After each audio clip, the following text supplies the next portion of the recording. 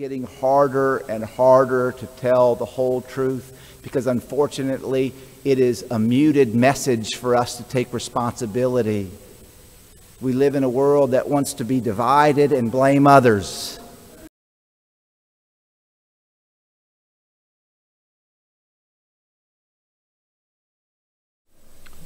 The Lord be with you. And with your spirit. A reading from the Holy Gospel according to Mark.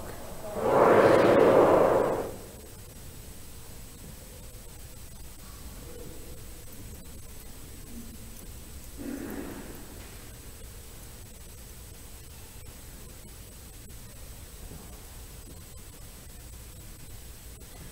When Jesus had crossed again in the boat to the other side, a large crowd gathered around him, and he stayed close to the sea.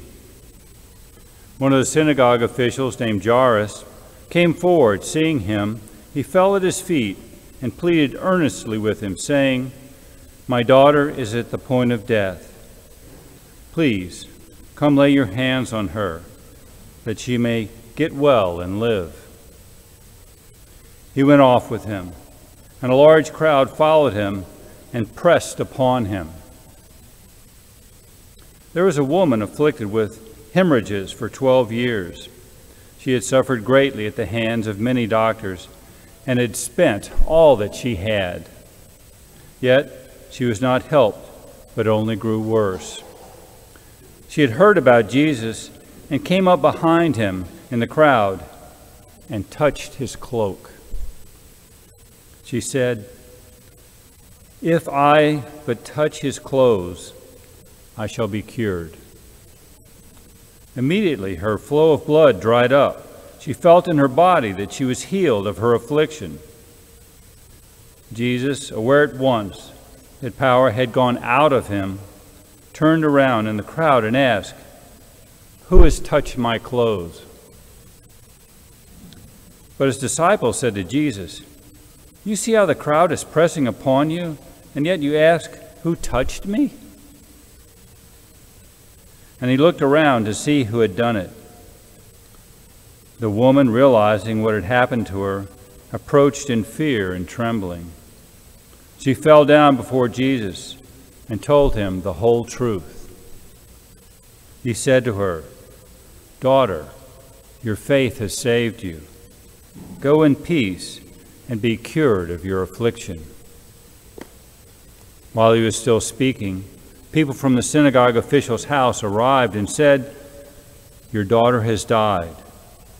Why trouble the teacher any longer?" Disregarding the message that was reported, Jesus said to the synagogue official, "Do not be afraid, just have faith." He did not allow anyone to accompany him inside except Peter, James, and John, the brother of James. When they arrived at the house of the synagogue official, he caught sight of a commotion, people weeping and wailing loudly. So he went in and said to them, "Why this commotion and weeping? The child is not dead, but asleep." And they ridiculed him. Then he put them all out. He took along the child's father and mother and those who were with him, and entered the room where the child was. He took the child by the hand and said to her, "Talitha cum," which means, "Little girl, I say to you, arise." The girl, a child of 12, arose immediately and walked around. At that, they were utterly astounded. He gave strict orders that no one should know this and said that she should be given something to eat. The Gospel of the Lord. Praise to you, Lord Jesus Christ. There's a lot happening in the Gospel, isn't there? These two stories laid on top of one another, and they're linked. I think clearly they're linked by this period of 12 years. The little girl was 12 years old, and the woman had suffered her hemorrhages for 12 years. And Jesus demonstrates his power over sickness and his power over death in these two miracles laid on top of one another. As I have said before, and I will say again this morning, whenever we read the sacred scriptures, whenever we hear them proclaimed, we have to understand that there's something happening literally on the surface, and then there's the spiritual reality happening at the same time. Now, this little girl, her parents are pleading for her life. She has died. She has died, and Jesus says she's only sleeping. Now, is she dead or is she sleeping? She's dead, but she's sleeping the sleep of death. And are we going to be awakened from death? Are we going to wake up from death? Yes or no? And the answer to that question, the whole point of the gospel, that story is that we are going to be awakened from death. In the same way Lazarus was called out of the tomb, so this little girl is called from death to life. So everybody will be called there. Jesus is going to take our hand, or he's going to call our name, and we are going to rise from the dead. So that's happening. But it's not just death. He also has the power over disease, and there's different kinds of disease. I want to tell a very brief little story about being in a funeral home. And this was a funeral vigil. So it was the night before the funeral service in the church, and the body was there, and the casket was open, and it was a somewhat tragic death. It was a relatively young person, and the relative, I think it may have been the sister, she was a little girl herself, and she said, "They're not dead, they're just sleeping." And and as soon as I heard those words, I thought of this story. And do I believe that? In a sense, she is sleeping, and she will be awakened by the hand and the call of Jesus. So that's happening in that one story. And then we have this woman who is ashamed somehow. Did you hear in the proclamation that she had fear and trembling? She was ashamed, she was afraid, and she was poor. Did you hear that she had spent all of her money? So she was sick, she was poor, she was afraid, she was anxious, but she had heard of Jesus, and she said, "I will go to him. I will reach out to him." And I'm going to quote the gospel here. She said, "If I but touch his clothes, I shall be cured." This gift of faith, but this faith had to be put into action. And so she goes to reach out to him. "If I but touch his clothes, I shall be cured." Immediately, the flow of blood dried up. "Who has touched my clothes?" But his disciples said to Jesus, "You see how the crowd is pressing upon you, and yet you ask, 'Who touched me?'" He looked around to see who had done it. The woman, realizing what had happened to her, approached in fear and trembling. She fell down before Jesus and told him the whole truth. He said to her, "Daughter, your faith has saved you.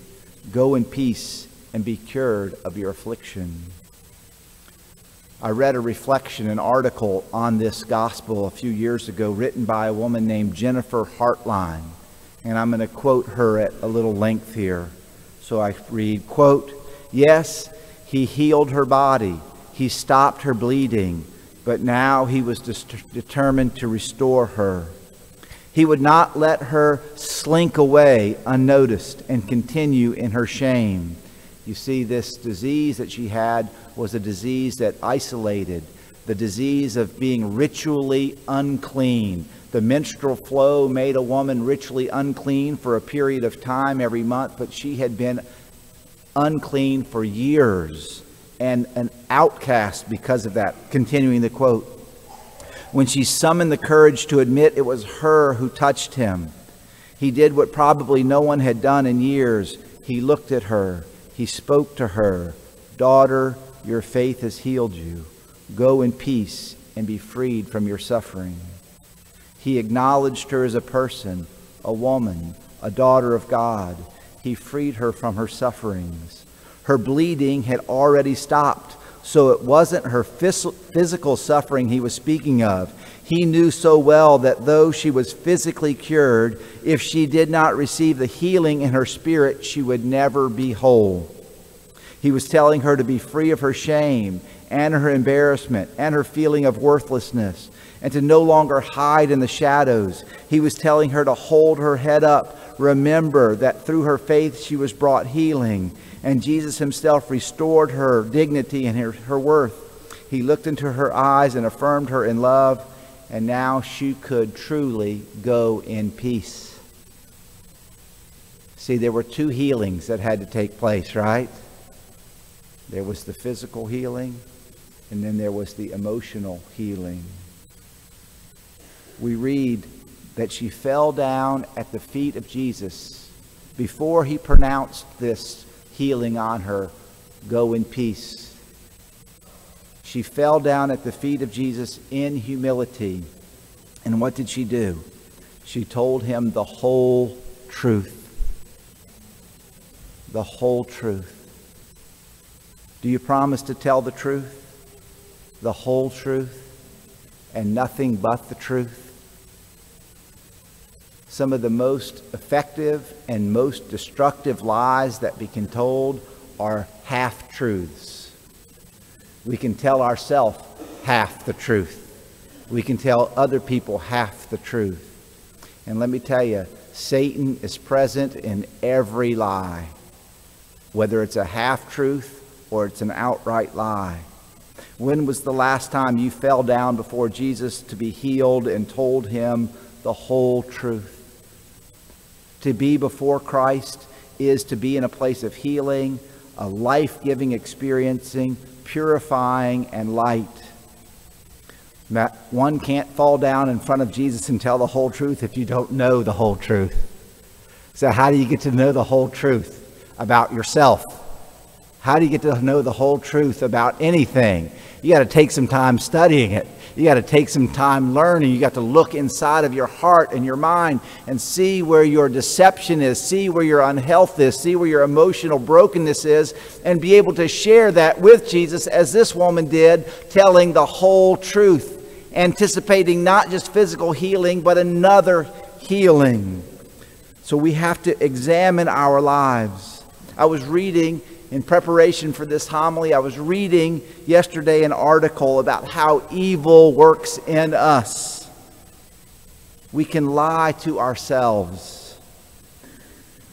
Evil gets a toehold into our soul when we consistently have a pattern of self-deception with the intent of avoiding guilt or maintaining a false self-image. And we must have the capacity to look at ourselves honestly and tell the whole truth. To look at ourselves and tell Jesus the whole truth. And if we persist in telling ourselves half-truths or telling ourselves lies, then we are going to seek to deceive others. And this is, again, how the pattern of evil seeks to dwell in our heart. First we lie to ourselves, and then we lie to others, and then we project the evils that we might experience on other people. And there is this sick division that begins to happen because we don't know the whole truth. We won't listen to the whole truth. We want other people to be evil, bad, and wrong, and we won't let the healing light of Jesus into our soul through the window of telling the whole truth. Jesus came to save us not just from physical death, not from 12 years of hemorrhaging. Jesus came to save our souls for eternity. And this story is a story of his power over our physical bodies, but more importantly, over our emotional and our spiritual well-being. So, we should examine our lives regularly. We should tell God in the clearest, most humble, and most profound way, falling before him and asking for the light to tell the whole truth. We should go to sacramental confession regularly. We should examine our lives daily. I am proud and vain. I do not always treat my body as a temple of the Holy Spirit. I neglect my physical needs with a really proper diet. I neglect my spiritual needs by time of prayer and silence and reflection, by reading scripture and spiritual books. I have talents that I'm not using because I'm afraid of failure or by laziness. I'm afraid of what God might ask of me next. I take God's mercy for granted. I strive for good enough and not for excellence, especially in my spiritual life. I have more than I need, and I still struggle to be truly and sacrificially generous. I hold back on absolutely and courageously giving my whole life to God. I can be moody and discouraged. I have not worked tirelessly for the salvation of my friends and family. I have sinned by omission. I have closed my marriage to life by contraception. I have rejected the teachings of the church. I resist being corrected. I grumble. I complain. I bicker. I don't always take responsibility. I drink too much. Any of those resonate with anybody here? Some of that's me. A lot of that's me. But we have to be able to tell the whole truth to God so that He can touch us with His healing power, right? He didn't come to save us halfway. He came to save us, transform us, heal us, and make us whole. It's getting harder and harder to tell the whole truth because unfortunately it is a muted message for us to take responsibility. We live in a world that wants to be divided and blame others. My brothers and sisters, let's take a lesson from this woman who fell at the feet of Jesus with fear and trembling, spoke to Him the whole truth, was healed, was transformed, and went away a new person. Let us have the courage to tell the whole truth.